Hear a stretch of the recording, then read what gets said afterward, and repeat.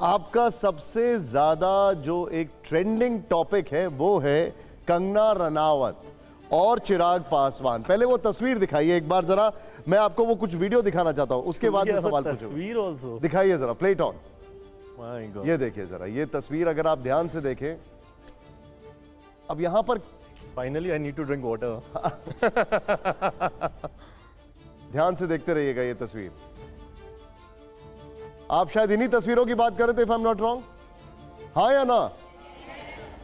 अब देखिए सवाल ये है, सवाल पे जरा ध्यान दीजिएगा। फिल्मों में वो आपसे सीनियर थी, उन्होंने शायद आपको टिप्स दिए होंगे। गंभीरता से आपने गंभीर प्रश्न मुझसे नहीं पूछे, इस पे कह रहे सवाल पे ध्यान दीजिएगा। लेकिन राजनीति में आप उनसे सीनियर हैं, क्या आपने कंगना को कुछ टिप्स दिए? Not at all. और जो भी कंगना को जानता है सब मानते हैं she is a very strong headed lady and I know her for over a decade now. सोच उनकी स्पष्ट है, आप उनकी सोच से सहमत असहमत हो सकते हैं, वो गुंजाइश आपके पास पूरी तरीके से है, बट वो अपनी सोच को लेकर वो बहुत क्लियर है। और मेरा उनके साथ कोई ऐसा रिश्ता रहा ही नहीं, हम लोगों ने फिल्म में साथ काम किया। अच्छा, आपने टिप्स दिए या नहीं दिए, या उनको टिप्स की जरूरत नहीं होती है? दोनों। उनको जरूरत नहीं थी तो मैंने दिए भी नहीं। अच्छा, मैं सिर्फ आपके फॉलोअर्स ही नहीं, मंत्री बनने के बाद आपकी फिल्म के व्यूज भी बढ़ गए हैं। मतलब सोचा नहीं था, बट हाँ जब ये खबरें शुरू हुई कि कंगना राजनीति में आने वाली है, उनकी जीत को लेके मैं 100% श्योर। लेकिन मैंने एक चीज देखी, वो खंबे पे सिर लड़ा तो आपने हाथ मार दिया। अभी भी कुछ ऐसे हालात हैं कि कहीं पे वो लड़ रही हैं तो आप रोक रहे हैं? प्रभु वो सीन था, I was told by my director to do that. लोग कह रहे हैं कि अच्छा हुआ चिराग जी ने उस वक्त कंगना जी के साथ फिल्म कर ली, आज करते तो नेपोटिज्म के आरोप लगते। मैं खुद कहता हूँ अगर खुद ही लगा देती उनके साथ में शूट कर रहा होता रोज मुझे गाली पड़ रही होती, बट नहीं, she is a wonderful person. Nepotism पे वही सबसे ज्यादा बोलती है। हाँ वही मैं बोल रहा हूँ कि अगर आज मैं उनके साथ काम कर रहा था रोज मुझे सेट पे सुना रही होती तुम ही लोगों की वजह से जिंदगी बर्बाद हुई है, but you know she is open minded, वो ऐसा बोल सकती हैं। बट खैर I share a beautiful chemistry with her.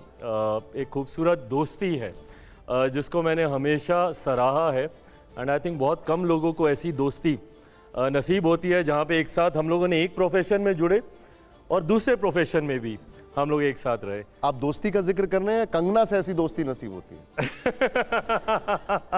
मैं दोस्ती का जिक्र कर रहा हूं। ठीक है। कंगना जी ने किसानों पर एक बयान दिया जिसके बाद सियासी तूफान खड़ा हो चुका है। मैं दोस्त के नजरिए से आपसे ये पूछना चाहता हूं, क्योंकि आपने दोस्ती का जिक्र किया, कि आप कंगना जी के बयान से सहमत हैं?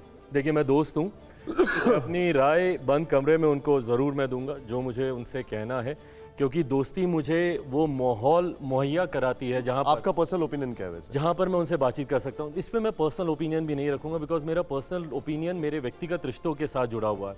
और जहाँ तक रही बात राजनीतिक तौर पर, मुझे लगता है उनकी पार्टी का ये विषय और उनकी पार्टी ने भी काफ़ी चीज़ों को स्पष्ट कर दिया, तो मैं बिना मतलब I don't want to get into that zone.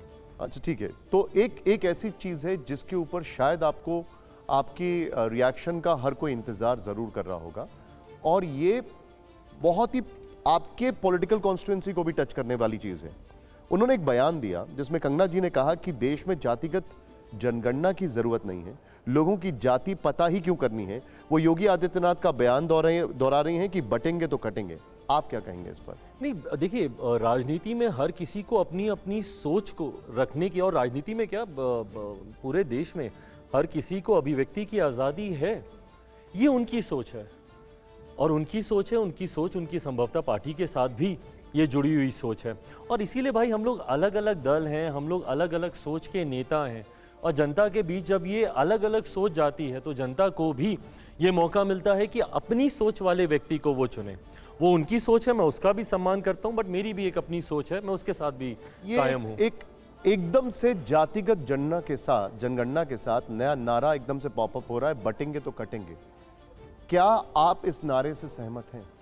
देखिए मैं बांटने की राजनीति का तो मैं भी पक्षधर नहीं हूँ, पर हाँ मैं जातीय जनगणना का मैं समर्थन इसलिए करता हूँ भाई, आज भी केंद्र सरकार हो या राज्य सरकार हो, दोनों सरकारें भारत के संघीय ढांचे में ऐसी नीतियां बनाती हैं जो जाति पे आधारित होती है।